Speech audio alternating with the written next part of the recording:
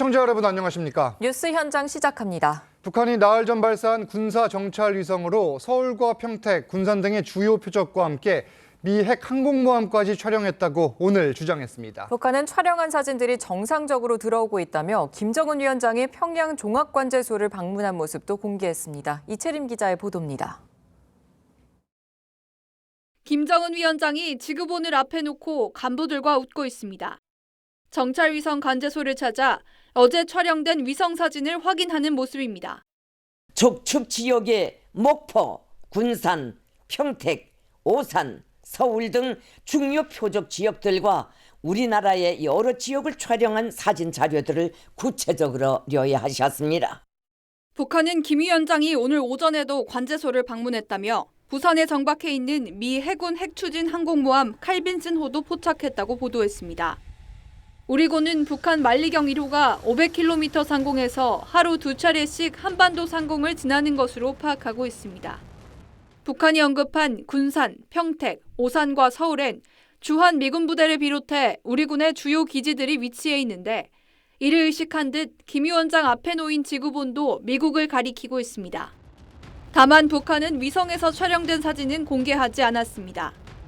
조선중앙통신은 오늘 논평에서 미국이 우리나라에 F-35 스텔스 전투기, SM-6 요격미사일 등을 판매하기로 한 걸 언급하며 한반도에 자그마한 불꽃이라도 튀는 경우 세계적인 열핵전쟁으로 번지게 될 거라고 위협했습니다. TV조선 이채리입니다. 보신 것처럼 북한이 최근 발사한 군사정찰 위성 만리경 1호로 국내 주요 군사시설을 촬영했다고 오늘 밝혔습니다. 조금 전에 미 핵항모인 칼빈슨호와 하와이도 촬영했다고 주장했는데 전문가 모시고 이 내용 자세히 짚겠습니다. 네, 양욱 아산정책연구원 외교안보센터 연구위원 나오셨습니다. 네, 안녕하세요. 안녕하세요. 네, 안녕하십니까. 네, 먼저 북한이 지난 21일 밤 군사정찰 위성을 발사한 뒤 성공을 했다고 밝혔는데 이 내용 먼저 보고 이야기 이어가겠습니다. 평안북도 철산군 소위 위성 발사장에서 정찰 위성 만리경 1호를 신형 위성 운반 로켓 천리마 1형에 탑재하여 성공적으로 발사했습니다. 예정된 비행 궤도를 따라 정상 비행하여 궤도에 정확히 진입시켰습니다. 공화국 무력의 전쟁 준비 태세를 확고히 제고하는 데 커다란 기여를 하게 될 것입니다. 네, 조금 전 보신 이 천리마 1호 로켓에 탑재된 이 정찰위성 만리경 1호 현재 위성 추적 웹사이트 등을 보면은 정상적으로 궤도를 돌고 있는 것으로 보입니다. 문제는 북한이 이 정찰 위성으로 서울, 평택, 오산 주요 표적들을 촬영했다 이렇게 오늘 밝힌 거예요. 예. 사실은 그 용도로 올린 거라고 말씀드리겠습니다. 사실 그렇죠. 정찰 위성이 무슨 의미가 있냐. 예. 특히 여러분 잘 보셨겠지만은 지난 1차 발사 때 북한이 떨군 위성 잔해를 우리가 수거했단 말이죠. 그렇죠. 그 결과 이해하는 것은 한 수미터, 3m 정도급의 해상도를 가진 사진이다. 예. 가로, 세로 3m의 예. 해상도. 이게 뭐냐면 원픽셀이 그렇다는 얘기인 거죠. 그렇죠. 무슨 말씀인고 하니 결국 그게 작으면 작을수록 예를 들어서 10cm 정도 되면은 진짜 사람까지도 식별할 수가 있습니다만은 네네. 그다음에 지금 이제 우리가 지금 할 수 있는 게 한 30cm 정도급까지 이게 통상 가능한데 예. 이게 수미터급이라는 거는 픽셀 하나가 수미터라는 거는 겨우 이게 차량, 예. 이렇게 탱크 이런 것들은 알아보기 되게 어렵고 건물 정도 큰 외곽을 알아볼 수 있을 정도에 불과하다는 거죠. 예. 야, 그러면 이게 무슨 의미가 있겠냐 싶겠지만요. 전혀 그렇지 않습니다. 왜 그렇습니까? 기본적으로 이거는 핵 전략 하에서 움직이는 거라고 생각을 하셔야 돼요. 무슨 말씀인고 하니 네. 전략하여. 여태까지 북한이 핵 전력을 키워온 게 미사일 계속 개발해 왔잖아요. 예. 한쪽으로 핵탄도 개발해 오고 좋습니다. 자, 소위 말해서 핵 무력의 주먹을 키워온 거예요. 근데 눈 감고 때릴 수 없잖아요. 그렇죠? 그렇죠. 어딘가를 때려야 되는데 네. 자, 목표를 지정을 해야 됩니다. 근데 목표를 지정을 하는데 북한이 눈이 없는 거예요. 예. 그럼 어떡합니까? 서울 때려야 된다? 그럼 구글어스를 보고 찍어야 되나요? 네이버 지도를 보고 찍어야 되나요? 북한 입장에서는 자신들이 찍은 사진과 이걸로 자신의 눈으로 표적을 확인을 한 다음에 예. 그 표적을 선정해야 되는 거예요. 이제 소위 그래서 우리가 핵 전략에서 굉장히 중요한 게 예. 표적을 어디를 선정하냐. 그래서 내가 가진 미사일 몇 개를 쓰냐. 이런 것이 핵 전략의 가장 핵심이 되는데 그 전략을 수행하기 위한 가장 필수 중의 필수가 바로 이러한 군사정찰 위성이고요. 결국 해상도가 높지 않다고 하더라도 예. 스스로 볼 수 있는 능력을 갖고 목표를 찍을 수 있다는 것, 이것 하나만으로도 북한은 핵 전쟁을 수행할 예. 수 있는 태세에 정말 다가가게 된다라는 거죠. 그래서 예. 이게 당연히 지금 우리가 뭐 9.19 예. 군사합의 정지를 부분 효력 정지 얘기를 하고 예, 예. 심각하게 대응해야 된다라고 정부가 하는 것이 너무나 당연한 것이다. 예. 말씀을 드릴 수 있습니다. 일단 만리경 1호라고 이름을 지은 것도 북한이 만리를 보겠다. 그만큼 정찰을 통해서 핵 전략을 향후에 어떻게 쓸지를 가늠해 보겠다. 이런 의미가 담겨 있는 것으로 보이는데 지금 시청자분들이 궁금해하시는 게 국내 도시 이름들이 등장을 합니다. 목포, 군산, 평택, 오산, 서울까지 이 도시의 이름이 구체적으로 보도에 적시가 되어 있는 것은 어떤 의미일까요? 결국은 이제 이런 지역들을 어떤 중심지로 보고 있다라는 겁니다. 그러니까 예. 타격을 할 때 중점되는 지역. 예를 들어서 여기서 나온 군산이라든가 오산, 평택 여기는 미군들이 주로 집결돼 있는 그런 시설 아니겠습니까? 주한 미군이 집중돼 있는 예. 곳이에요. 주한 미군 전력의 핵심 전력들이 퍼져 있는 지역이고 뭐 예를 들어서 목포도 당연히 전략적 가치가 존재를 하고요. 뭐 서울은 말씀드릴 이유도 예. 더 말씀드릴 것도 없고요. 뭐 이외에도 부산부터 주요한 도시들 지금 다 찍고 있다는 얘기가 되는 그렇죠. 거거든요.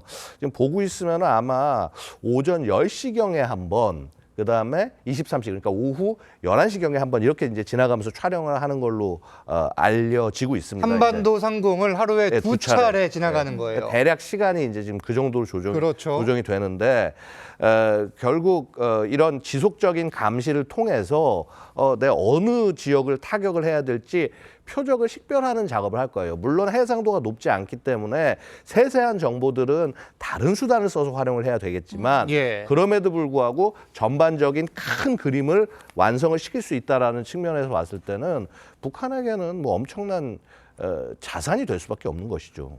지금 말씀하신 것처럼 해상도는 높지 않더라도 그러면 군사 시설의 뭐 위치, 지금 도시명까지 언급이 됐는데 예. 뭐 부대 시설이라든지 뭐 기밀 사항이 노출됐을 가능성은 얼마나 높나요? 사실은 기밀이 이렇게 뭐 이 위성 때문에 새어 나갔을 가능성이 그닥 높다고 할 수는 없습니다. 이 예. 정도 해상도에서는. 예. 그래서 사실 조금 더 의미 있는 판단이 되려면 말씀드렸다시피 뭐 1m 이하급 그래서 혹은 50cm, 30cm 이 정도의 해상도가 돼야지 뭐 차량이라든가 항공기라든가 이런 것까지 정확하게 식별이 가능한데 예. 그 수준엔 못 이뤘지만 그럼에도 불구하고 촬영할 수 있다는 그 사실 자체가 자신이 원하는 시기에 이걸 볼 수 예. 있게 한다는 것 자체가 네. 중요하다라는 거죠.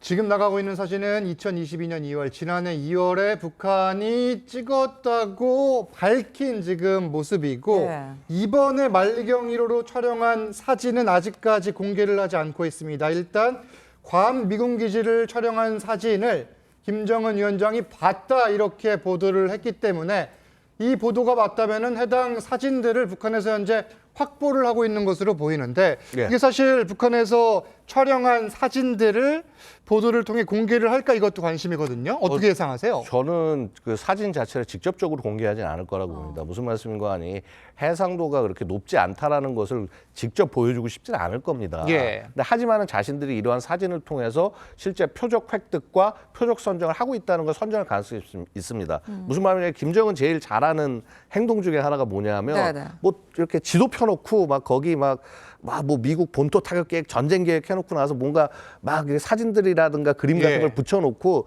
흐릿하게 공개를 하지 않습니까? 이전에 화성 계열 미사일 발사할 때 주로 사용했던 방법들이죠. 맞습니다. 그래서 예. 그런 식으로 이렇게 어떤 사진과 이런 것들을 표시는 하되 네. 자세하게 그런 어떤 해상도나 이런 것들을 알 수는 없게 하면서 예. 자신들이 이런 능력이 있다라고 하는 거를 과시하려고는 할 거다. 근데 하지만 지금 현 상태에 북한이 그 해상도가 낮은 위성을 갖고 있다고 해서 앞으로도 못 가질 거냐 예. 이렇게 생각하면 안 됩니다. 네. 왜냐하면 생각해 보세요. 지금 북한과 우주 협력을 하겠다는 나라가 어디죠?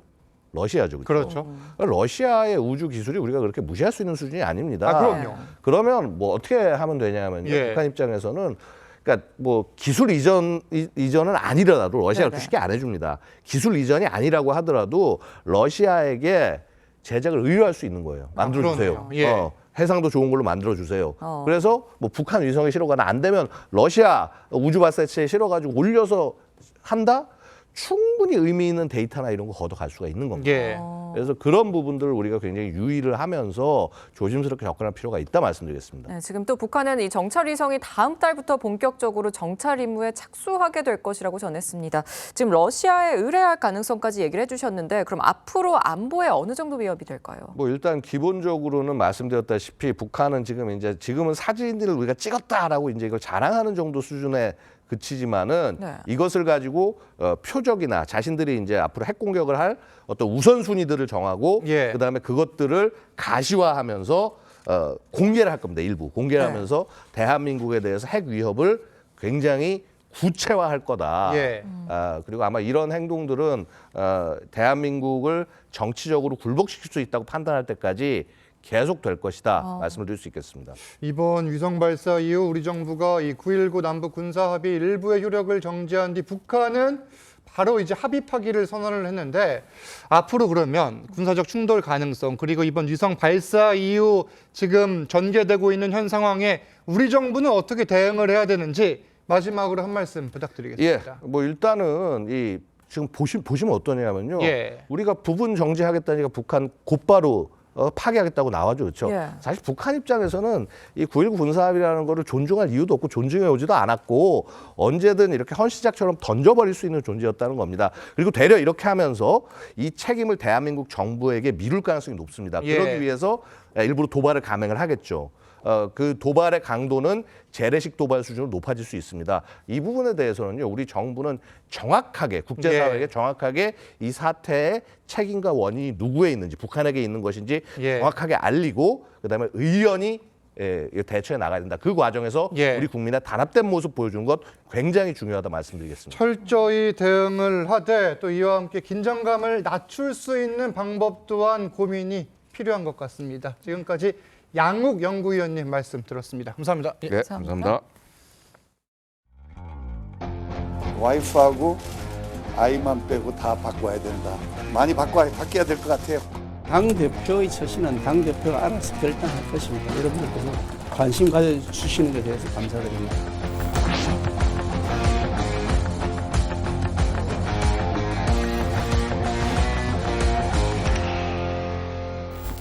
울산은 왜 지역구고 내 고향인데 울산 가는 게 왜 화제가 되나요?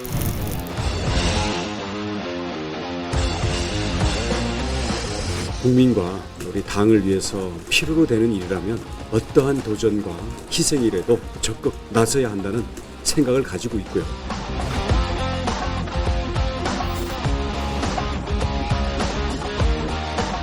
다음 주 목요일 날 회의에서는 좀 아주 강한 메시지가 담기지 않을까.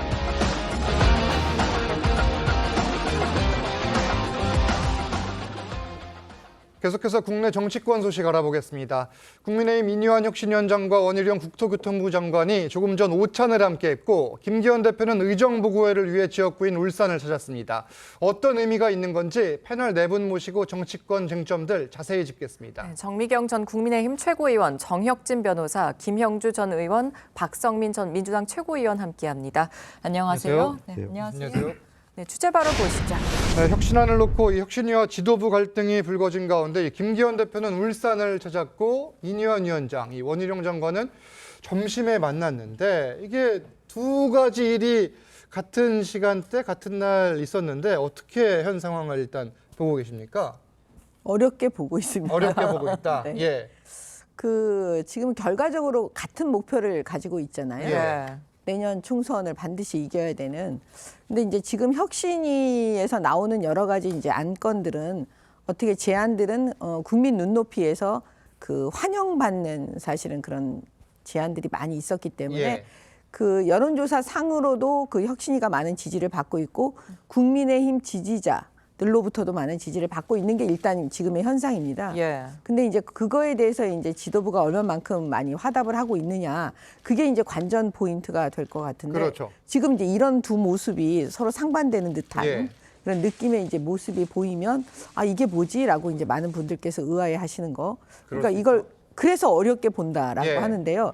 과연 이제 정치는 늘 생물이니까 그렇죠. 또 이러다가도 뭐 내일 당장 또 어떤 일이 벌어질지 모르는데 김기현 대표도 사실은 목표는 같기 때문에 아마 고민이 많으실 거고 과연 그 다음 그림은 무엇일까 지금 예. 저희도 바라보고 있습니다. 지금 논란이 커진 게 김 대표는 혁신위로부터 이 총선 불출마나 험지 출마 요구를 받으면서 갈등을 빚고 있죠. 이런 가운데 지역구를 찾아서 또 울산을 찾아서 의정 보고회를 연 건데 그러면 이걸 보고 지금 울산 출마로 좀 가닥을 잡은 거 아니야? 이런 말이 나오는 거예요. 그런 이야기가 나올 수밖에 없는데 예. 사실은 김기현 대표는 이중적인 지위를 가지고 있지 않습니까? 첫 번째 울산의 국회의원이에요. 네. 하지만 더 중요한 거는 집권 여당의 대표 아니겠습니까? 더군다나 내년 굉장히 중요한 그 윤석열 정부에 대한 중간 평가적 성격을 가지고 있는 그러한 총선에 있어서 집권 여당의 대표인데 그런데 지금 그 여당의 상황이 어떻습니까? 굉장히 좋지가 않잖아요. 예. 뭐랑 똑같냐면 모의고사를 쳤는데 모의고사가 꽈락을 맞았어요. 예. 그럼 열심히 공부하고 뭘 잘못해야 되는지 그런 걸 찾아야 되지 않겠습니까? 네. 그런데 아예 자기 좋아하는 것만 이렇게 찾아가면서 놀고 있으면 이게 과연 내년에 본고사에서 다음번 본고사에서 제대로 된 점수를 받을 수 있을까? 모든 사람 부모님들부터 해가지고 다 걱정할 수밖에 없는 그런 상황인데 그럼에도 불구하고 지금 이상한 그 상식에 반하는 행동을 하는 것이 아닌가 이런 예. 비판이 있을 수밖에 없다는 생각이 듭니다. 뭐 물론 일각에서는 좀 시간을 주어야 된다 뭐 이런 이야기도 있지만 지금 보면은 김기현 대표가 혁신과 역주행을 하면서 결국 자신의 입지를 굳히는데 에너지를 쏟는 거 아니냐 이런 비판이 나오는 거잖아요. 예.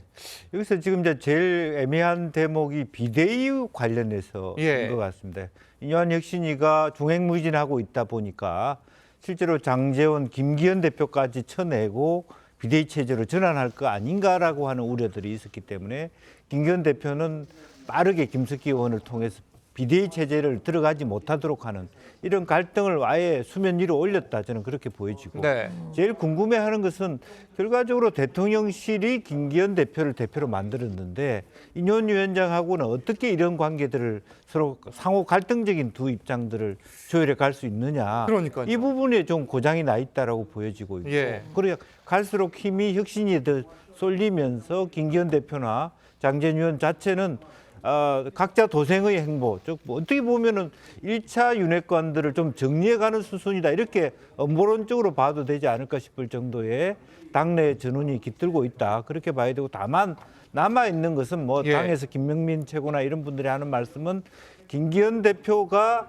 그래도 의정 보고회를 하는 것은 자기를 찍어준 말하자면 지역민에 대한 예. 최소한의 예의를 갖춘 다음에 뭐 불출마 선언을 하든 뭐 그다음에 어떤 그 선당 후사의 조치를 할 것이다. 아직은 이게 저항이라고 보지 말아다오. 예. 이제 그런 부분도 한번 남은 일주일 동안 우리가 좀 봐야 될 지점이 있지 않나 그렇게 지역 보여집니다. 구민에 대한 예의도 분명히 그러니까 신경 지역 쓸 부분은 구민에게 있다. 이렇게 예. 그동안에 열심히 지역 국회의원으로 일을 했지만 예. 그다음에 뭐 이렇게 동료를 하면서 대통령이나 앞으로 미래를 위해서 내가 어떤 선택을 하겠다. 그런 여지는 남아 있다고 예. 봐야 되겠습니다. 지금 불출마에 대한 의견인지 입지 굳히기인지 좀 지켜는 봐야겠지만 만약에 입지 굳히기에 나선 거라면은 국민의힘 혁신 어떻게 바라보십니까? 사실상 이제 무용지물 됐다고 봐야 되는 거죠. 네. 지금 상황은 이제 국민의힘 안에서 인요한 위원장과 김기현 대표가 일종의 힘겨루기를 하고 있는 모양새입니다. 예. 그리고 분명 김기현 대표는 인요한 위원장을 데려올 때 정권을 주겠다고 했어요. 하지만 사실 지금 김기현 대표가 묵묵부답으로 본인을 향한 희생과 결단의 요구에 대답하지 않고 있습니다. 그렇게 되면 어떤 연쇄적인 효과가 발생하냐면 당내의 어떤 중진과 어떤 주류 세력도 움직일 이유가 없습니다. 예. 왜냐하면 당대표가 버티고 있는데 굳이 다른 중진 의원들이 또는 주류 세력들이 나부터 희생해야겠다 이런 생각하지 않거든요. 결국에 김기현 대표가 지금 사실상 움직이지 않고 있는 이 모습은 인요한 위원장의 뭐 여러 가지 요구안, 혁신안에 대해서 사실상 거절을 했다고 봐야 되는 거죠. 당대표가 움직이지 않는데 다른 중진들이 어떻게 움직일 수 있겠느냐 이런 지적인 건데 이런 상황에서 이 당 지도부와 갈등을 빚는 인요한 위원장 오늘 점심입니다. 조금 전에 원희룡 국토교통부 장관을 만났는데 어떤 이야기를 나눴는지 영상을 먼저 보시겠습니다.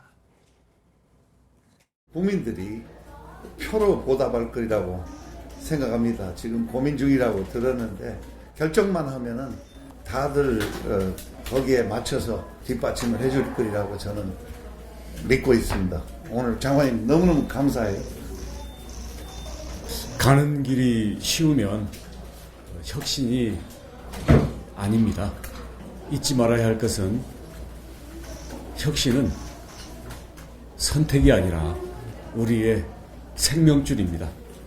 국민과 당을 위해서 필요한 일이라면 무엇이든지 제 역할을 아끼지 않을 생각입니다. 혁신은 생명줄이다 이렇게까지 이야기를 했는데 원희룡 장관은 현재 개항을 출마설이 나오고 있죠. 이재명 대표의 지역구인데 실제 이곳에 가서 맞대결할 가능성이 그러면 높아지고 있는 겁니까? 어떻게 해석해야 돼요? 제가 볼 땐 계속 높아지고 있는 거예요. 계속 높아지고 있다. 네. 예. 그게 왜 그러냐면 그 사실은 이제 국민의힘 입장으로서는 예. 그 혁신위의 모든 활동은 국민 눈높이에 맞춰져 있다. 예. 여기까지는 다 동의하잖아요. 네. 근데 지금 그 원희룡 장관이 어떻게 보면 가장 세게 화답하시는 분으로 지금 보여지는 거예요. 그렇죠.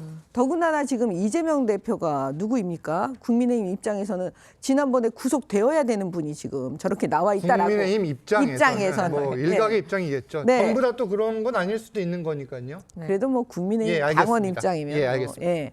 그렇게 보고 있는데 예. 그 이재명 대표랑 과연 누가 붙을 것이냐. 그냥 이재명 대표를 순순히 당선시키도록 그냥 버려둘 수는 없는 거거든요. 근데 이제 마침 원희룡 장관이 내가 이재명 대표하고 붙겠다고 이렇게 하니까 예. 사실 많은 분들이 흥분하신 거는 맞아요. 계속 지금 주목하고 있어요. 예. 완전히 빅 이벤트잖아요. 예, 어떻게 예. 진짜 보면. 이렇게 될까 사실 생각하는 분들도 있고요. 네, 근데 지금 여러 가지 돌아가는 상황을 보면 예. 실제로 이런 일이 벌어질 것 같은 느낌이 들고요. 네, 네. 그러면 저는 이재명 대표가 원희룡 장관하고의 이 싸움이 만약에 진짜 붙었을 때 네, 네. 과연 이게 자기가 스스로 생각하는 것처럼 만만한 싸움이 될까? 본인이 그 굉장히 그 텃밭이라고 생각하는 그곳에서 네. 쉬운 싸움이라고 생각할까? 저는 그렇게 보지 않아요. 굉장히 어려운 싸움으로 아마 보게 될 거고요. 정말 지금 시중에 나와 도는 여러 가지 이야기처럼 뭐 피해서 이 싸움을 피해서 비례대표로 간다? 그러면 국민의힘은 그냥 이기는 겁니다. 예. 이 전쟁을. 예. 그렇기 때문에 아마 그 피하지 못할 거예요. 그러면 이제 한판 대첩이 되는 건데 예. 그렇게 되면 원희룡 장관은 어떤 역할을 하게 되냐면 그냥 가만히 있어도 결국은 내년 총선을 이끄는 국민의힘의 가장 중요한 분이 되는 그 형국이 되는 거거든요. 최전선에 서는 거죠. 예, 그러면 뭐 누가 뭐 선대 본부장이 누구이든 예. 그다음에 뭐가 누가 어떤 역할을 맡든 제가 볼 때는 결국은 그 실질적인 선대 본부장은 원희룡 장관이 될 수밖에 없는 그런 그 구도다. 정도까지 보시는군요. 예, 저는 그렇게 봅니다. 예. 지금 이재명 대표 얘기가 나와서 반론을 좀 들어야 될 것 같은데 일단 이재명 대표는 좀 어려운 싸움으로 바라볼 것이다라고 예상을 해주셨어요. 어떻게 예상하세요? 뭐 빅 이벤트가 될 수 있겠죠. 그러나 이제 크게 보면은 어쨌든 전통적 지지층의 기반이라고 하는 것들을 네. 무시할 수가 없습니다. 지금 예. 인천만 하더라도요. 그 윤상현 의원 그 무소속으로 나와서 되고 하는 그런 한 분 외에는 아무도 없어요. 그렇죠. 그리고 또 하나 최근에 있어서의 김포라고 하는 아젠다가 인천한테는 국민의힘한테는 굉장히 어려운 지역으로 되어 있습니다. 네. 유정복 시장의 표정만 봐도 그런 부분이 예. 있거든요. 이제 그런 부분들이 있고 다만 이제 실제적으로 지난번 윤영선 후보하고의 싸움도 생각 외로 말하자면 고전한 싸움이거든요. 이재명 대표 입장에서는 예. 쌀이 쉽게 이길 걸로 했는데 그렇지 못했단 네, 말이죠. 이제 그런 부분에 대해서 어떤 결과가 나올지는 모르지만 어쨌든 이 정부의 중간 평가라고 하는 측면, 예. 또 전통적 지지층이 그나마도 민주당 쪽이 강하다는 측면에서 네. 이재명 대표가 도망가야 될 정도의 어려운 싸움은 아니다 그렇게 어. 보여집니다. 도망갈 가능성은 매우 낮다. 네. 뭐 사실 이런 분석이신데 그러면은 원희룡 장관이 뭐 본인이 직접 언론이든 누구에게 내가 개항을 나가겠다 이렇게 이야기한 적은 없잖아요. 네네. 왜 지금 이런 태도를 보이는 걸까요? 어디든 험지로 나가서 내가 맞붙겠다. 의도가 있을 거 아니에요. 제가 봤을 때 원희룡 장관 입장에서는 예. 미칠 게 하나도 없어요. 믿질 게 없다. 일단은 명룡대전이란 말도 나오지 않았습니까? 그것 자체가 원희룡 장관 입장에서는 플러스 요인이다. 네. 그런데 개항이라고 하는 것이 어떤 곳입니까? 뭐 그렇게 상징성이 있는 곳도 아니잖아요. 예. 뭐 종로같이. 그다음에 이재명 대표하고는 연고가 있는 곳도 아니에요. 오히려 이재명 대표가 어떻게든 사법 방탄을 위해 가지고 국회의원이 되기 위한 편법에 이용된 그러한 장소다, 그런 지역구다, 이런 이미지가 가지 않습니까? 거기에다가 두 번째로 개항은 사실 국민의힘 입장에서는 기울어진 운동장 아니겠습니까? 송영길 대표부터 해가지고 계속 민주당이 이겼던 곳이에요. 그런데 맞습니다. 조금 전에 이제 정미경 의원님도 말씀하셨지만 작년 보궐선거는 조금 의외였어요. 윤영선 후보 상대로 해가지고 윤영선 후보하고 이재명 후보하고 이름값이 비교가 됩니까? 그런데도 이재명 대표는 몇 퍼센트 얻었냐? 55%를 조금 더 얻었고요. 윤영선 후보가 45% 가까이 받았다고요. 예. 그러니까 그렇다라고 하면은 원희룡 정도의 이름값으로는 한번 해볼 만한 곳이 아닌가 이런 생각을 하지 않을 수 없고, 그런데 지금 같은 상황에서 아직 정식으로 출마 선언 안 했지만 예. 원희룡 장관이 출마 선언한다라고 하면 이재명 대표는 다른 데 가지 못하고요. 개항에 묶이는 그러한 결과가 초래될 것이고, 그게 민주당 전체적인 총선 판세에 있어서도, 총선 지휘한 거에 있어서도 별로 그렇게 좋은 것 같지는 않다. 그런 생각이 듭니다. 그렇군요. 일단 여전히 국민의힘 당 지도부는 불출마와 험지 출마와는 좀 다른 방향으로 가는 모습입니다. 인유한 위원장은 다음 주 목요일까지 변화가 없으면 아주 강한 메시지를 내겠다고 압박하고 나섰습니다. 직접 들어보시죠. 당에서 뭐 어떤 변화가 보이지 않으면 혁신 의원들이 다음 주 목요일 날 회의에서는 좀 아주 강한 메시지가 담기지 않을까. 지금 분위기도 상당히 격앙된 아주 절박한 심정이었다는 것을 좀 전달을 해야 될 것 같습니다. 지금 분위기는 인유한 위원장이 사실상 최후 통첩을 한 것 아니냐, 이런 이야기까지 나오는 상황인데, 그러면은 뭐 위원님이 아시는 바로는 돌아오는 주에 친윤계나 중진들 가운데 어떤 결단, 선택을 내리실 분이 있습니까, 없습니까? 어려운 질문입니까? 굉장히 어려운 질문이에요. 그래도 좀 답을 해주세요. 어떤 분위기입니까? 없을 것 같아요. 없을 것 없을 것 같아요. 같습니까? 예, 왜 그렇습니까? 아니, 이유가 있을 거 아니에요? 이유는 알 수가 없습니다. 예. 하여튼 취재한 그 느낌만 말씀드리는 거지. 네. 예. 예, 뭐 그거를 뭐 내부 분위기를 논리적으로 봤을 때. 분석할 수는 없고. 예. 아니 그러니까 제가 늘 말씀드리지만 정치가 늘 생물이라. 그렇죠. 그리고 오늘의 뭐 분위기가 그랬는데 내일의 분위기가 달라질 수 있는 거잖아요. 근데 이제 중심은 뭐냐면 저는 결국은 뭐냐면 국민을 바라보고 가는 정당이 살아남기 때문에 국민이 과연 우리를 어떻게 바라봐 줄 것인지 그거에 의해서 예. 움직여지지 않겠습니까? 시간의 문제이지. 예. 일단 험지 출마는 없을 것이라고 얘기를 해주셨는데, 혁신이 그 분위기가 좀 내홍에 휩싸인 것 같습니다. 김경진 혁신위원이 혁신위는 시간 끌기용이다, 이런 말을 하자 일부 위원들이 또 온라인 단체방을 나가기도 하고 반발에 나섰는데, 일단 인유한 위원장이 좀 회동에 나서면서 좀 이렇게 맡기는 하는데 어떻게 갈등이 봉합될 것 같습니까? 어떻게 보세요? 사실상 이 정도까지 국면이 왔다는 거는 그러니까 뭐 아니면 도예요. 그러니까 여기서 극적으로 화합하려면 뭐가 있어야 되냐면 김기현 대표를 비롯한 주류 세력들이 나 그럼 내려놓겠다. 혁신위의 권고를 받아들이겠다라고 험지 출마를 선언을 해줘야 되는 거거든요. 근데 김기현 대표 뭐 하고 있습니까? 지금 의정보고에 울산에서 하시잖아요. 그거는 내 지역구를 나는 떠날 생각이 없다라는 일종의 공표인 거거든요. 예. 그런 점에서 다른 지도부 의원들도 지도부 의원뿐만 아니라 친윤 주류 세력 의원들도 여기에 대해서 사실상 뭐 응답하고 있는 분이 없어요. 그러니까 무응답을 혁신위는 계속 받고 있는 거고, 그러니까 혁신위 안에서도 우리는 뭐하러 존재하냐, 그러니까 혁신위 무용론이 스스로 나오는 거예요. 이건 굉장히 혁신위 입장에서는 본인들은 생업을 벌여가면서까지 혁신위 회의도 하고 혁신안도 계속해서 내놓는데, 당에서는 처음에는 다 받아줄 것처럼 했지만 사실상 무응답으로, 그리고 더 나아가서는 혁신위를 마치 골칫거리처럼 취급을 하고 인유한 위원장을 대하는 태도만 보더라도 예. 약간 왕따를 시키고 있는 모양새거든요. 예. 그러니까 외부인이라는 이유로 이렇게 홀대받고 박대받는 이 상황이 혁신위원들 입장에서는 얼마나 좀 좌절스럽겠습니까? 그리고 더 나아가서 심지어는 혁신위원이자 대변인을 맡고 있는 예. 김경진 전 의원이 회의에서 우리는 사실 김기현 체제의 연착륙을 위한 도구다라는 식으로 말씀을 하셨잖아요. 예. 이거야말로 혁신위가 허수아비 아니냐라는 일각의 지적이 맞았음을 보여주는 국면인 거죠. 지금 정 의원님은 돌아오는 주에 친윤계냐 중진의 어떤 결단은 없을 것 같다 이렇게 예상을 해주셨는데 이 상황이 계속된다면 결국 혁신위가 조기에 해체될 가능성도 있는 겁니까? 어떻게 예상하세요? 실제로 보면은 이제 그런 어떤 미묘한 갈등들이 바로 일어나기는 어려울 거라고 보고 예. 다음 주에 일정하게 어떤 당 최고위원회에서 올릴 만한 안을 구체화하겠다. 뭐 좀 더 진일보했다 그러면 김기현 대표는 어디 가라라고 선택을 예. 하라. 네. 장제원 의원, 권성동 의원, 조호영 의원 이 네 분 정도는 뭔가 어떤 거치가 있어야 된다. 그렇지 않다면 우리는 해산하겠다. 이런 예. 말하자면 벼랑끝 전술을 할 거라고 보여지고. 근데 그 다음 시점에 가면 돌아오는 것이 사실은 개각이거든.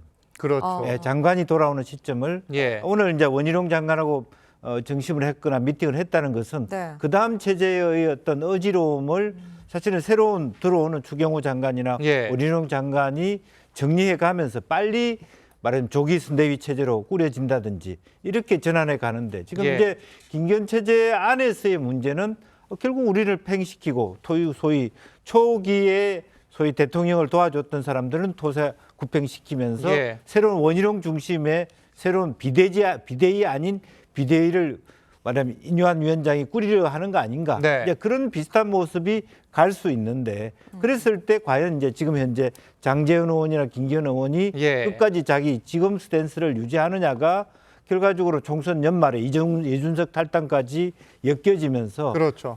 말하자면 그게 작은 태풍이 될지 예. 폭탄 속의 태풍이 될지 굉장히 큰 어떤 당이 어려움 속에 휘말려 들어갈지 좀 지켜봐야 될 대목이라고 보입니다. 개각과 맞물려 있는 문제고 이 혁신위와 당 지도부 간의 관계 갈등이 어떤 식으로 풀어져 갈지 계속 지켜봐야 하겠습니다. 다음 주제로 넘어갑니다. 지역 현장을 직접 방문하고 있는 한동훈 법무장관이 어제는 울산을 찾았습니다.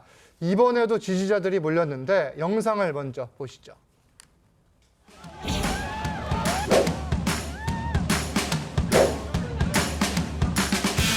젊음을 바쳐서 일하시는 근로자분들께 정말 감사하다는 말씀을 드리고 필요한 제도에서 저희가 최선을 다할 거라는 말씀을 드립니다. 장관님 사랑해요. 사랑해요. 사랑해요. 네. 짠님이세요? 네, 저희 오늘 시간에 굉장히 흔찮은 사랑합니다. 너무 좋아요. 행복합니다. 근데 너무 잘생겨졌어요. 감사합니다.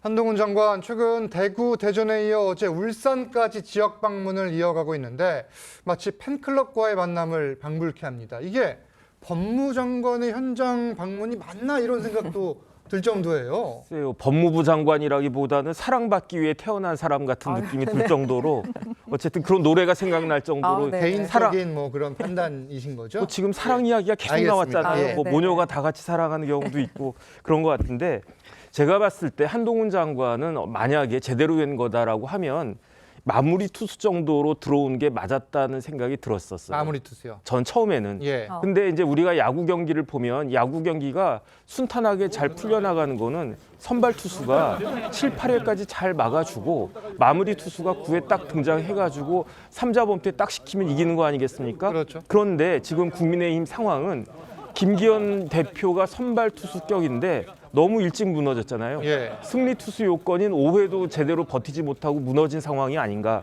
그런 상황에서 인유한 혁신위원장이 급하게 중간 개투로 투입이 됐는데 그럭저럭 지금까지는 잘 막았다. 아주 그냥 급한 불은 예. 껐다라고 보여지지만 제가 봤을 때는 이제 역부족 한계에 도달한 것이 아닌가. 그럼 지금 상황이 한 7회 정도밖에 되지 않았는데 그럼에도 불구하고 마무리 투수가 급하게 소환될 수밖에 없는 그런 상황인 것 같고요. 그렇기 때문에 이제 한동훈 장관의 등판은 불가피한데 나머지 3회를 마무리 투수가 끼케야 뭐 한 이닝이나 많아 2이닝 정도 버텨주는 게 그게 마무리 투수의 역할인데 예. 한 3, 4이닝 같은 그 정도 긴 이닝을 마무리 투수로서 한동훈이 잘 버텨줄 수 있을 것인지가 내년 총선의 가장 큰 관전 포인트가 되어버렸다. 저는 그렇게 생각합니다. 마무리 투수가 길게 던지는 경우도 있지만 이게 성공을 하는 경우도 있고 실패는 하는 경우도 있기 때문에 지켜봐야 된다. 뭐 이런 해석으로 인식이 되는데 네, 한동훈 장관이 총선을 의식하고 이런 행보를 이어가는지도 주목이 됩니다. 한 장관이 어제는 총선에 대해 어떻게 이야기했는지 직접 들어보시죠.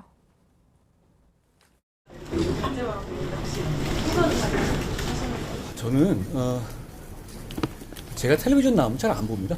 목소리도 어색하잖아요, 자기가 보면. 제가 여러분들이 많은 말씀을 하신다는 정도는 아는데요. 제가 특별히 거기 드릴 만한 말씀은 없네요. 일단 총선에 대해서는 딱히 드릴 말씀이 없다. 이제 지난주에는 뭐 여러 해석이 있을 수 있다 보다는 조금 조심스러운 답변인데 그럼에도 불구하고 총선에 나올 가능성이 높다고 보는 게 현실인 것 같은데 그렇습니다. 역할론에 대해서 어떻게 보세요? 사실은 아까 이제 뭐 정익진 변호사 예. 얘기를 이어서 가면 예. 마무리 투수로 등판하는데 인요한 다음에 중간 개투는 원희룡이라고 보고. 아, 또 그렇게 보십니까? 예, 그래서 실제적으로 보면 한동훈 장관을 이번에 바로 다 같이 당에 돌아오지 않고 마지막 1월 중순에 중순 이후로 하면 공직 사퇴가 안 되니까 12월 중에 대다수 장관들이 돌아오고 1월 초중순에 한동훈 장관을 마지막에 하자. 마지막 투수는 한동훈으로 하자. 이렇게 정리를 해갖고 있는 거 아닌가 생각이 들고요. 지금 현재는 사실은 이게 총선을 위한 포석이라기보다는 대통령을 대신하는 포석이 더 크고요. 또 하나는 이것은 누가 보더라도 대선 행보입니다. 대선 행보다. 정부를 돌아다니면서 그러니까 가면서 대구 시민들에 대하여 울산 정주영 회장에 대하여 사실은 저거는 장관 행보가 아니잖아요. 사실은. 하는 발언들, 이제 워딩들의 의미가 각각 그렇게 해석할 수가 있는 거예요. 그래서 지금 현재는 사실은 총선을 앞두고 있지만 원희룡과 한동훈 간의 대선 후보로서의 긴장 관계가 성립된다. 저는 그렇게 보여지는 거예요. 그러니까 한동훈 장관의 넓은 대중적인 인기가 있으니까 원 장관은 사실은 좀 더 엄지에 내가 당을 위해서 헌신하면서 당내의 어떤 지지파를 확보하겠다는 그런 수싸움으로 저는 읽히고요. 이제 그런 의미에서 실제적으로 한 장관은 비례로 갈지 강남에 갈지 좀 더 어려운 헌지로 갈지는 좀 더 기다려야 될 지점이기 때문에 더군다나 지금은 아직까지 뭐 두 장관 다 그렇습니다만 예산 정국가 아닙니까? 최소한 12월 뭐 2일이 만료지만 한 주 뒤에서 7일, 8일까지는 사실은 총선 이야기 또 정치 이야기를 현 장관으로서는 하기 어렵다. 책임지는 장관은 최소한 내년 예산까지는 확보하고 당에 돌아오겠다는 그런 포석으로 보여집니다. 네, 그런데 한동훈 장관은 정치권을 또 겨냥한 발언은 이어가고 있습니다. 어제는 설치는 암컷이다 이런 발언을 한 최강욱 전 의원을 언급하면서 민주당을 직격했습니다. 직접 들어보시죠. 최강욱 전 의원이 이것이 민주주의다 뭐 이런 식으로 논란이 된 적이 있거든요. 인종 혐오나 여성 혐오 같은 건 용어를 공개적으로 구사하는 사람이나 집단은 민주주의의 공론의 장에서 퇴출되는 것이 세계적인 룰이고 저는 우리 국룰도 마찬가지여야 한다고 생각합니다. 이게 민주주의다 멍청아 이렇게 얘기했죠. 이게 민주당이다 멍청아 이렇게 하는 게 국민들이 더 잘 이해하실 것 같아요. 이게 민주주의다 멍청아에서 민주당이다 이게 민주당이다 멍청아 이렇게 이야기를 한 건데 이게 지금 뭐 민주주의에서 민주만 뺀 것 같지는 않고 민주당 이 당 자체를 직격을 한 것 같은데 어떻게 봐야 됩니까? 굉장히 똑똑한 사람이에요. 똑똑한 사람이라고요? 왜냐하면 지금 민주당의 본질을 아주 콕콕 집어서 얘기하고 있기 때문에 지금 최강욱 전 의원을 비롯해서 민주당이 부들부들 떠는 것 같아요. 제가 볼 때는. 그게 왜 그러냐면 보세요. 평소에 민주당은 아주 여성에 대해서 우호적이고 여성을 존중하고 그래서 맨날 성인지 감수성, 젠더 감수성 이런 얘기를 계속하면서 국민의힘을 되게 공격해 왔어요. 그러면 그게 만약에 본인들이 그토록 만약에 그 여성 존중에 대해서 그 정도로 신경 쓰고 국민을 향해서 얘기했다면 네. 사실 본질도 그래야 되는 거잖아요. 말만 그렇게 해서는 안 되는 거잖아요. 근데 평소에 말은 계속 그렇게 왔는데 드디어 민주당의 본질이 드러나 버린 거예요. 암컷이 뭡니까? 그게 여성 존중입니까? 다 누군가의 아내이고 누군가의 엄마이고 누군가의 딸인데. 그런데 그 본질, 그러니까 이중성, 예. 이중성이 완전히 드러난 그 지점을 바로 한동훈 장관이 딱 찝은 거예요. 이게 민주당이야. 이렇게. 저는 그렇게 보거든요. 예. 사실은 저는 그 얘기를 딱 들어서 그래서 웃음이 터졌어요. 어쩜 저렇게 본질을 제대로 찝어서 예. 얘기할까. 그래서 사이다 같은 느낌이 드는 거예요. 솔직히 말씀드리면. 예. 그런데 여기에 대해서 지금 그 최강욱 전 의원 또 참지 못하고 오늘 뭔가 또 얘기를 했더라고요. 예. 그런데 아무리 얘기해봤자 소용없는 게요. 그 짤짤이 수준에서 그냥 얘기하고 있기 때문에 아유 뭐 핑계 댈 게 없습니다.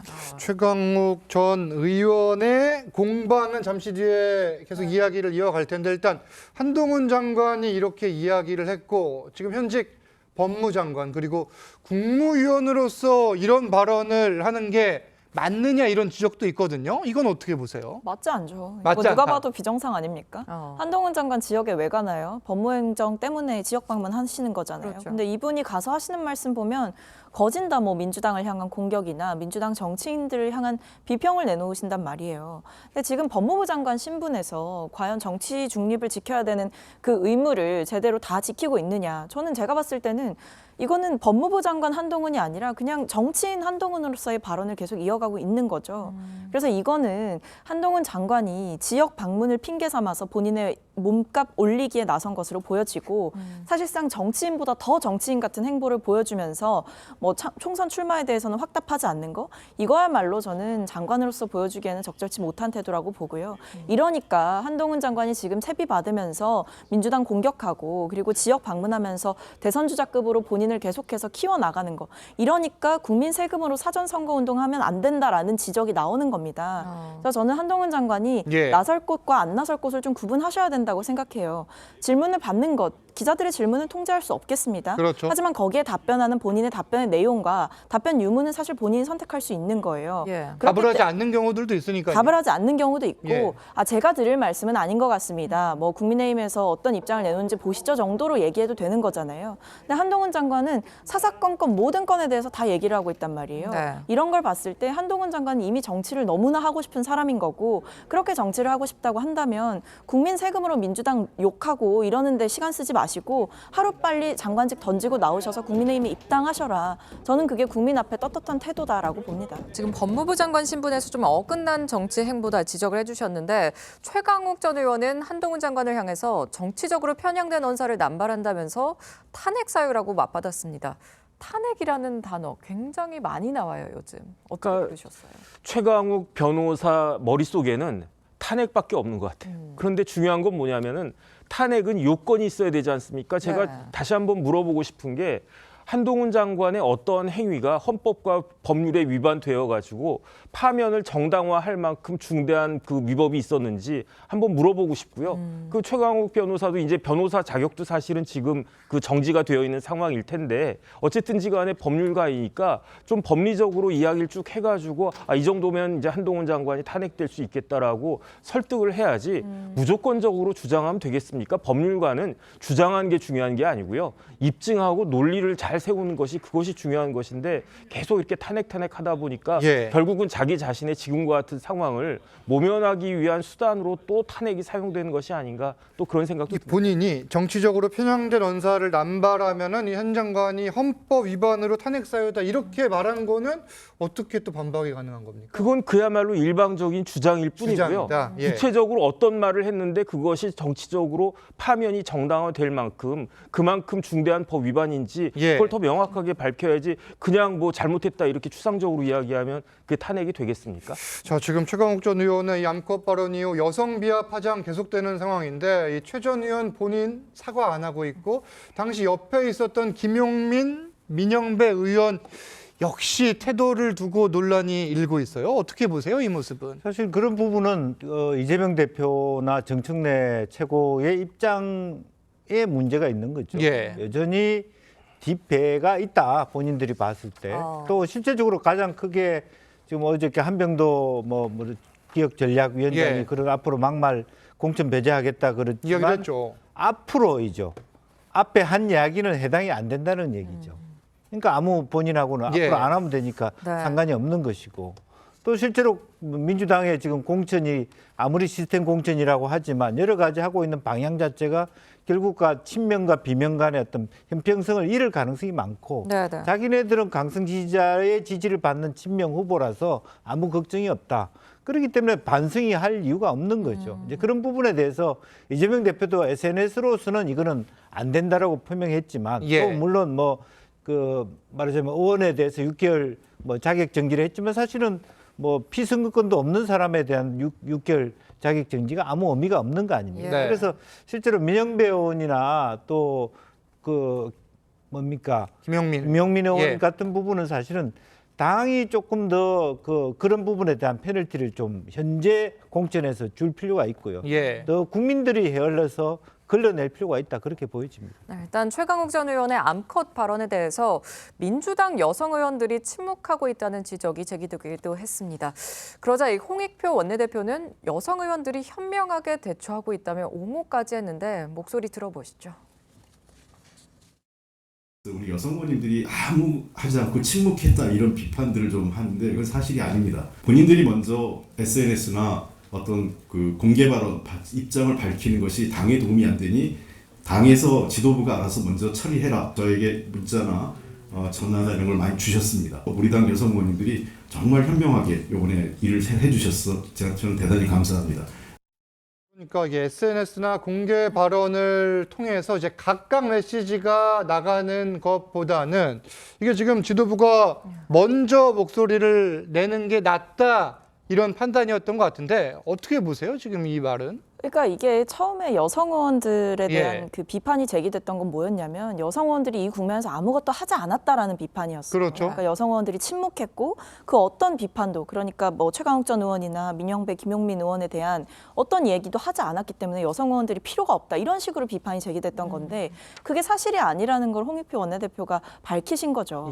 홍익표 원내대표뿐만 아니라 이제 당 지도부를 향해서 여러 여성 의원들이 어서 빨리 이제 최강욱 전 의원에 대한 강한 징계를 해라라고 이제 요청을 했다라는 거고 그게 소위 말해 이제 물밑으로 징계 요청을 했다라는 얘기가 나오는 거였기 때문에 저는 여성 의원들에 대한 비판은 좀 이제 접어두는 것이 맞다라고 생각을 하고요. 그뿐만 아니라 이제 당에서 그래도 비상징계라는 아주 신속한 조치를 내렸기 때문에 거기에 대해서 이제 여성 의원들 입장에선 본인들의 요청이 받아들여졌다라고 인식을 했을 것이고 그 뒤에 그러나 이제 최강욱 전 의원의 태도라든지 이런 부분들이 문제가 됐기 때문에 여성위원회에서도 그래도 입장을 내기는 했습니다. 그런 쭉 과정들을 봤을 때 여성 의원들이 아무것도 하지 않고 침묵했다 이렇게 보는 거는 좀 문제가 되는 지적이 아닌가 싶습니다. 그 말씀은 이해가 되는데 그럼에도 불구하고 여성 의원들이 이 문제의 심각성을 인지를 하면서 동시에 표출을 했다면은 최강욱 전 의원이 과연 이런 후속 태도를 보였을까? 이런 지적도 나오는 거잖아요. 맞죠. 왜냐하면 또 민주당의 그 여성 의원분들 중에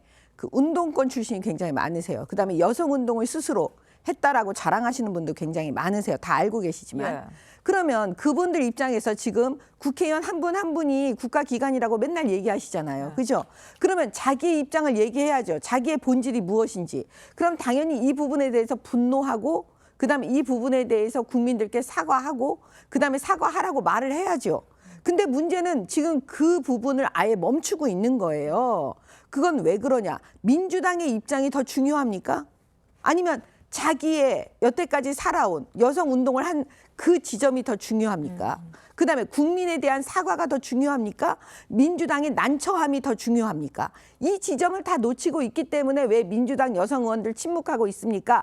이걸 당연히 언론에서 묻고 있고 그다음에 국민의힘 저도 묻고 있는 겁니다. 근데 그 부분에 대해서 우리가 아무것도 안 한 건 아니라고요?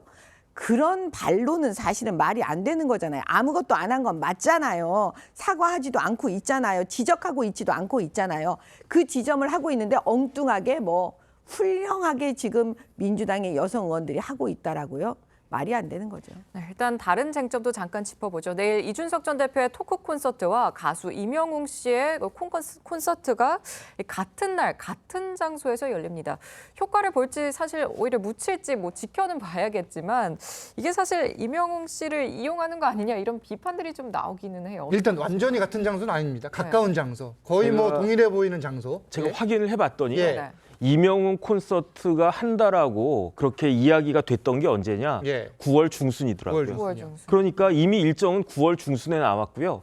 그다음에 예매가 시작하자마자 순식간에 8,000석이 다 매진이 됐어요. 예. 그러니까 24일 날 그 8,000명은 기본적으로 올 거고요. 그다음에 거기에다가 8,000명만 오겠습니까? 그 이명웅 씨를 옆에서 지나가는 모습이라도 보고 싶은 사람까지 치면 예. 제 생각에 10,000명이 올지 20,000명이 올지 모르겠는데 예. 그런데 왜 굳이 그 날짜 그 장소에 그 이준석 대표가 여기에다가 이걸 갖다 토크 콘서트를 하려고 하는지 예. 이게 오비일학인지 그 이 전 대표가 그 대관한 거기는요 1,572석이라고 하거든요. 예. 그다음에 시간도 본인은 다른 것처럼 이야기하지만 네. 예정된 시간은 2시부터 6시고요. 예. 이명웅 콘서트는 언제 시작하느냐? 6시부터 시작한다고. 예. 시간도 제가 봤을 때 겹치는 측면이 왜냐하면 6시에 콘서트 시작하는데 6시 땡하고 온 사람이 있습니까? 좀더 4시, 일찍 5시 오죠. 그 이전부터 온 사람들 많을 테니까 이런 것들을 노렸다고 볼 가능성이 굉장히 많고 예. 장소가 뭐 똑같이 동일한 장소는 아니지만 그 기사를 따져보면은 불과 50m밖에 되지 않는다고 그래요. 예. 그러니까 이런 식의 그 의심받을 행동을 갖다 하는 건가? 그다음 만약에 이런 식으로까지 이명웅 콘서트를 이용하려고 했다라고 하면 과연 정치인으로서 자격이 있는 것인가? 예. 그런 생각도 듭니다. 일단 이준석 전 대표는 이 대구의 엑스코 서광과 동관을 헷갈리겠느냐. 이명웅 씨 팬이 4시간이나 일찍 와서 나를 보러 오겠느냐 이렇게 일축을 했는데 네. 사실 뭐 이거 관심의 반영인지 이 이준석 전 대표의 이런 해명과 움직임은 어떻게 해석을 하고 계세요? 뭐 매우 우연적인 것일 수도 있는 거죠. 그렇죠. 그 관을 그렇게 예. 임영웅이 했다는 것 때문에 거기로 갔다는 그런 개연성 별로 없고 그 관을 그렇게 쉽게 얻을 수도 없습니다. 다만 4시간 전에 옵니다. 4시간 전에 옵니까? 네. 왜냐하면 제가 한번 작년에 예. 이문세 콘서트를 보러 갔는데 아, 그 앞에 네네. 다른 어떤 다른 콘서트가 있었어요. 이호중인가요? 예. 김호중 씨. 김호중 예. 콘서트가 있어요. 아. 비슷한 장소에 열리는데 예. 이미 그분들은 엄청나게 많은 분들이기 때문에 조글도 그렇죠. 전국에서 오거든요. 예. 네, 네. 서너 시간 전에 오더라고요. 맞아요. 그러니까 충분히 그런 어떤 그 컨벤션 효과를 누릴 수는 있을 거예요. 예. 그러나 다만 이준석 대표가 그걸 노리고 그게 일부러 갔다. 저는 그건 좀 과내식이다 그렇게 생각이 들고요. 뭐 2시에 하는 거고 실질적으로 대상층이 좀 다르지 않습니까? 예. 임영웅 그 콘서트에 가시는 분들은 5, 60대 여성분들이고 많고요, 그냥 아무래도. 트로트를 좋아하시는 예. 분들이고 이준석과 같은 젊은 세대의 북 콘서트를 즐기는 그런 관심들은 많지 않다. 저는 그렇게 보여집니다. 관심의 반영일 수도 네. 있고요. 알겠습니다. 정치권 쟁점은 여기까지 짓겠습니다. 네. 감사합니다. 감사합니다. 감사합니다. 서울 강남의 스쿨존에서 음주 상태로 초등학생을 치어 숨지게 한 운전자에게 2심 법원이 징역 5년을 선고했습니다. 1심의 징역 7년보다 2년 더 줄어든 형량인데요. 피해 학생의 유족은 솜방망이 처벌이라며 강하게 반발했습니다. 윤재민 기자의 보도입니다. A씨는 지난해 만취 상태에서 서울 강남에서 운전하다 학교 앞을 지나던 9살 초등학생을 치어 숨지게 했습니다. 재판에 넘겨진 A씨는 1심에서 징역 7년이 선고됐는데 2심 재판부는 징역 5년을 선고했습니다. 1심은 A씨에게 음주운전과 어린이 보호구역 치사, 위험운전 치사 등 혐의에 각각 유죄를 내렸지만 항소심 재판부는 어린이 보호구역 치사와 위험운전 치사 혐의를 함께 묶어 감형했습니다. 재판부는 A씨가 모두 5억 원을 공탁한 것도 일부 고려했다고 밝혔습니다. 공탁은 형사 피고인이 법원에 돈을 맡겨 피해를 간접적으로 배상하는 제도인데 A씨는 1심 때 3억 5천만 원, 2심은 1억 5천만 원을 각각 공탁했습니다. 피해자 측은 공탁금 수령을 거부했지만 법원이 형 감경 사유로 일부 반영한 겁니다. 피해 유족은 솜방망이 처벌이라며 반발했습니다. 그 돈이 있으면 낮아지는 거라는 그런 인상도 줄 수 있을 것 같고요. 검찰은 판결문을 검토한 뒤 상고 여부를 결정할 방침입니다. TV조선 윤재민입니다. 축구 국가대표 황의조 선수의 불법 촬영 의혹 논란이 점차 커지고 있습니다. 황의조 선수는 피의자 신분으로 전환되는데 이 내용과 함께 한 주간 이슈들까지 하나씩 알아보겠습니다. 네, 정혁진 변호사 계속해서 함께하시고요. 하재근 사회문화평론가 새로 모셨습니다. 안녕하세요. 안녕하세요. 네, 황의조 선수 측과 피해 여성 측의 공방이 계속되는 가운데 피해자 측에선 통화 녹취록과 메시지 내용을 지난주 공개했습니다. 어떤 내용인지 들어보시죠. 통화하면서 불법 촬영이었잖아요. 피해자가 애걸복걸 울고불고 막 하면서 얘기를 합니다. 피해자가 불법 촬영물이 있음을 알았고 삭제를 요구하였던 사정은 의사에 반하는 촬영이었으니까. 자, 지난 23일입니다. 이날 피해자 측에선 녹취록 공개뿐만이 아니라 이 황 선수 측의 입장문에 피해자의 정보를 유추할 수 있는 내용이 담겼다면서 2차 가해다 이렇게 지적을 했는데 일단 황 선수 측은 어떤 입장을 보이고 있습니까? 황의조 선수도 피해자인데 피해 남성에 대한 2차 가해는 괜찮은 것이냐 그렇게 지금 항변을 하면서 그 여성 측에서 녹취록과 통화 일부를 공개를 한 거잖아요. 근데 황의조 선수 측에서는 그 공개된 부분이 작출된 것이다. 그걸 조작된 것이다라는 취지로 이야기를 하는 것 같은데 그러면서 이번에 일부분만 공개가 됐는데 그 일부분 말고 장기간에 걸쳐서 축적된 모든 대화 내용을 다 공개할 수 있느냐. 그 내용을 다 들여다보면 황의조 선수의 무고함을 입증하는 부분들이 있다라고 하면서 근데 그걸 대중에게 공개하면 피해 여성과 그 가족들한테까지 피해가 갈 수 있기 때문에 공개할 수는 없고 수사기관에 제출하겠다라고 하면서 지금 황의조 선수가 그 여성을 뭐 심리적으로 지배했다, 가스라이팅했다 이런 식의 보도들도 나오고 있는데 그게 아니라는 부분도 그에 대한 증거를 수사기관에 제출하겠다라고 이야기를 했습니다. 지금 이게 처음 보도가 나온 뒤에 여러 후속 내용들이 나오면서 다소 복잡한 부분도 있는데 일단 유포된 영상을 촬영할 당시에 합의가 있었는지 여부 이거부터 쟁점이 되는 거죠? 왜냐하면 우리나라 성폭력 처벌법에 따르면요.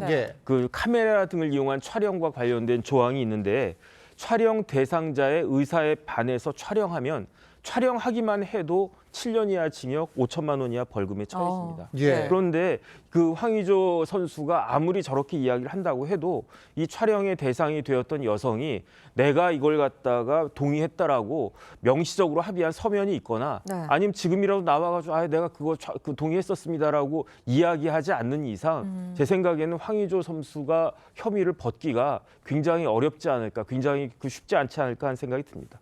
이번 사건의 시작은 황의조 선수가 지난해 11월에 휴대폰을 잃어버리면서부터 시작이 됐죠. 당시 황 선수 측에선 부주의로 분실한 게 아닌 도난을 당했다고 말을 하기도 했습니다. 당시 모습 보고 오시죠. 정확히 말씀드리면 잃어버렸다거나 분실했다기보다는 도난이거든요. 저희가 부주의로 잃어버린 게 아니라 가져갔기 때문에 좀 악의적이라고 계속 생각을 하고 있습니다.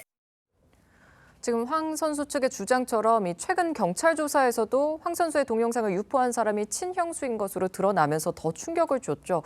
그런데 이에 대한 지금 황 선수 입장은 어떻습니까? 그런데 이제 황의조 선수도 충격을 받았을 것 같아요. 왜냐하면 다른 사람도 아닌 형수님이 그걸 동영상을 반포했다. 이거는 사실은 그 여성도 여성이지만 황의조 선수 자체한테도 문제가 되는 것이 아니겠습니까? 조금 전에 말씀드린 것처럼 성폭력 처벌법에 따르면 촬영한 것도 그 자체로 범죄고요. 촬영된 영상을 본인이 촬영하지 않았다고 하더라도 이렇게 반포한 것도 또 다른 형사 범죄가 되는 거거든요. 그렇기 때문에 황의조 선수는 형수가 했다는 것을 믿지 못하겠다라고 이야기를 하는 것 같긴 한데 그럼에도 불구하고 객관적으로 드러나는 정황이 그렇다라고 하면은 그럼 참 이해하기 어려운 일이 황의조 선수를 주의로 해가지고 벌어지고 있었구나 하는 생각이 듭니다. 일단 경찰에서는 유포된 영상에서 밝혀진 피해자 외에 또 다른 피해 여성을 조사했다 이렇게 이야기를 했는데 현재 황의조 선수가 영국으로 이미 출국을 했어요. 경기를 뛰어야 되기 때문에. 이러면은 수사는 어떻게 진행이 됩니까? 이러면은 이제 참고인 피의자 중지가 되거나 참고인 중지가 되거나 해가지고 원칙대로 따지면은 이제 수사가 장기화되고 어려워질 수가 있을 것 같은데 그런데 황의조 선수는 우리나라 국가대표 축구 선수 아니겠습니까? 이렇게 범죄 혐의가 있음에도 불구하고 계속 도망다니거나 소환에 응하지 않거나 이런 일은 발생하기 어려울 것 같고요. 이 부분과 관련해가지고 수사는 이루어질 것인데 중요한 건 뭐냐면은 이런 성범죄에 있어서 제일 중요한 거는 영리 목적이거든요. 문제거든요. 또 하나는 뭐가 또 중요하냐면 상습성이거든요. 그런데 지금 피해자가 한 명이 아니고 여러 명이 있다라고 하면 황의조 선수 정도 되는 사람이 영리 목적으로 이런 촬영물을 이용하지는 않았겠지만 상습성 같은 것들은 인정될 여지가 있기 때문에 거기에 따라서 형량도 만약에 이제 범죄가 인정이 된다라고 하면 그러면은 형량도 상당해질 수 있을 가능성이 있지 않나 하는 생각이 듭니다. 수사 과정에서 상습성 부분도 따져봐야 될 것 같다 이런 말씀입니다. 다음 이슈 짚겠습니다.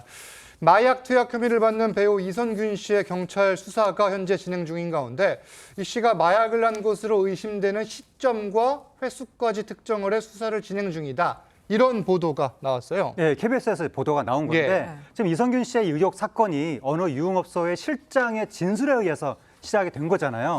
그런데 그 유흥업소 실장하고 이선균 씨가 통화를 하는 내용이 공개가 된 거예요. 근데 그 통화 내용 안에 이선균 씨가 마약을 했다고 의심되는 부분이 있다고 하는 겁니다. 그래서 그 통화 내용하고 또 CCTV, 문자 내역, 택시 이용 내역 이런 걸 다 취합을 해서 경찰이 지금 이선균 씨에 대해서 모두 4건의 투약 의혹 시점에 대해서 지금 특정을 했다고 그렇게 이야기가 나오고 있는데 문제는 이선균 씨 몸에서는 지금 정작 마약이 검출이 안 된 거예요. 그러니까 이게 다 간접 정황과 그 유흥업소 실장의 증언에 의한 거 아니냐라는 이야기가 나오는 거고 이선균 씨 측에서는 그 실장의 진술이 사실이 아닌 악의적 비방 수준의 허위 주장이다. 그렇게 주장하고 있는 상황입니다. 일단 자신에게 제기된 마약 투약 혐의에 대해서 이선균 씨는 앞서 이런 입장을 밝혔습니다. 함께 들어보시죠. 이런 불미스러운 일에 연루되어서 많은 분들께 큰 실망감을 드린 점 진심으로 사과드립니다. 죄송합니다. 오늘 어떤 부분 조명하셨습니까? 사실관계는 여러 가지 질문하신 거 다 성의 있고 솔직하게 다 말씀드렸습니다. 마약 투약은 전혀 없었다라는 입장이신가요? 그것도 다 솔직하게 말씀드렸습니다. 죄송합니다. 국가수 일단 경찰에서는 메시지 등은 확보한 것으로 보이는데 이 이선균 씨로부터 추가로 확보한 채모 감정 결과도 역시 음성이 나왔습니다. 이러면은 객관적 증거가 없다고 할 수 있는 겁니까? 아니면 메시지나 통화 내용만으로도 입증이 가능한 겁니까? 그래서 요즘은 수사를 어떻게 하나 저도 궁금해가지고요. 제가 아는 사람 중에 마약을 담당하는 경찰이 있거든요. 물어봤어요. 이런 경우에 어떻게 하냐고 물어봤더니 이렇게 진술과 같은 간접 증거만 가지고 경찰이 검찰에 기소 의견으로 송치하는 건 굉장히 어렵다. 굉장히 쉽지 않다. 그런데 지금 결과가 어떻게 나왔습니까? 간이 감정까지는 그럴 수 있다라고 했는데 정밀하게 이제 국과수에서 감정했는데도 계속적으로 음성이 나오니까 그러니까 이제 이선균 씨도 말이 조금씩 바뀌어가지고 마약 투약 혐의를 지금 부인한 쪽으로 지금 입장이 바뀐 것 같아요. 그렇기 때문에 경찰 입장에서는 계속적으로 이제 채무가 여러 군데 있을 수 있으니까 그런 감정을 신청할 수밖에 없는 그런 상황이 아닐까 싶습니다. 알겠습니다. 수사가 어떻게 흘러갈지 좀 더 지켜봐야겠네요. 다음 이슈 짚겠습니다.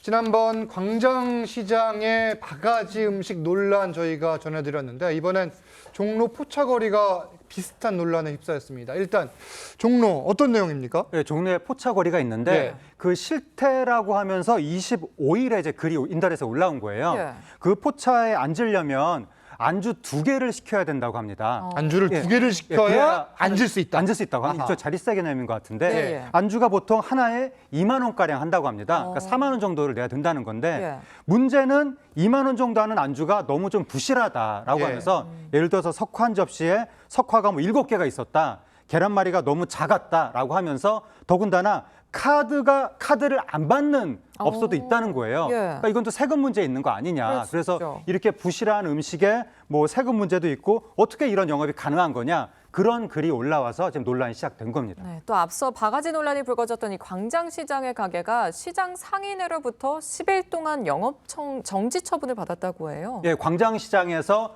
15,000원짜리 이제 전을 한 접시 시켰는데 너무 양이 적었다는 거죠.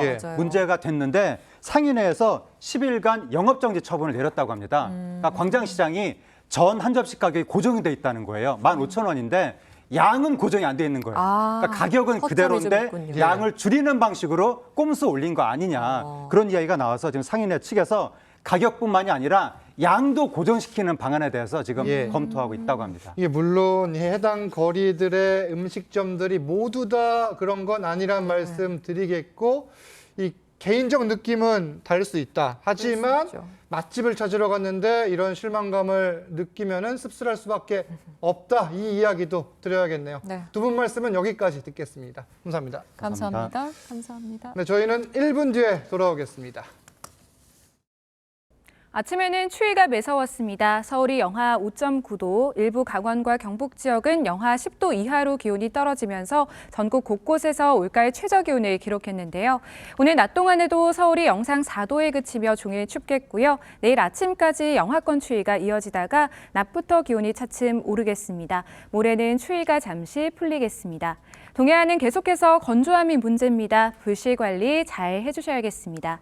현재 전국 하늘 맑게 드러나 있고요. 대기질도 좋습니다. 밤부터 중부와 호남, 제주는 구름 많아지겠습니다.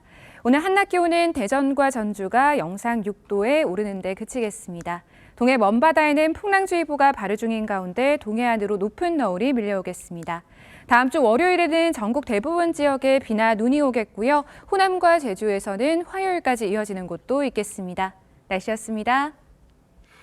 TV조선 뉴스 현장 마칩니다. 함께 해주신 여러분 고맙습니다.